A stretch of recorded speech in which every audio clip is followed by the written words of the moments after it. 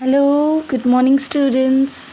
How are you all? I hope you are all fine at home. Today I'll teach you a lesson, okay? So please take out your literature book and come to page number 7070. Okay, I'll teach you today a lesson. The name of the lesson is A Tiny Street. Okay, so let's read out the story first, then I will going to explain it. So, in a village on the slopes of Mount Kenya in Kenya, a little girl worked in the fields with her mother. Her name was Wangari. Wangari loved being outside in her family's food garden. She broke up the soil with her machete. She pressed tiny seeds into the warm earth. Her favorite time of the day was just after sunset.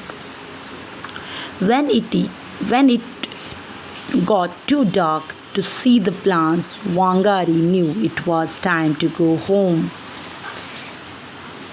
She would follow the narrow paths through the fields, crossing rivers as she went.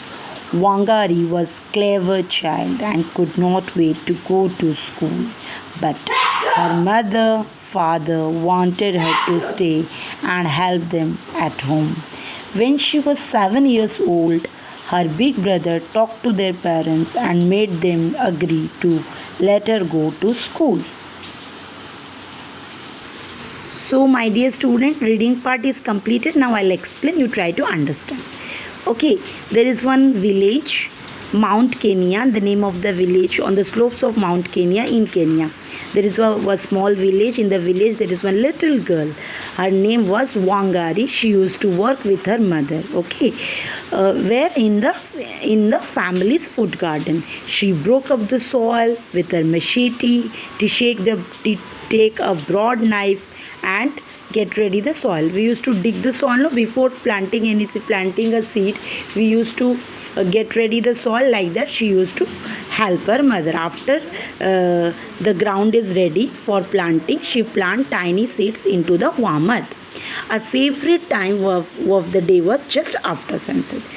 When it got too dark to see the plants, Wangari knew now it's the time to go home. Then Wangari start going.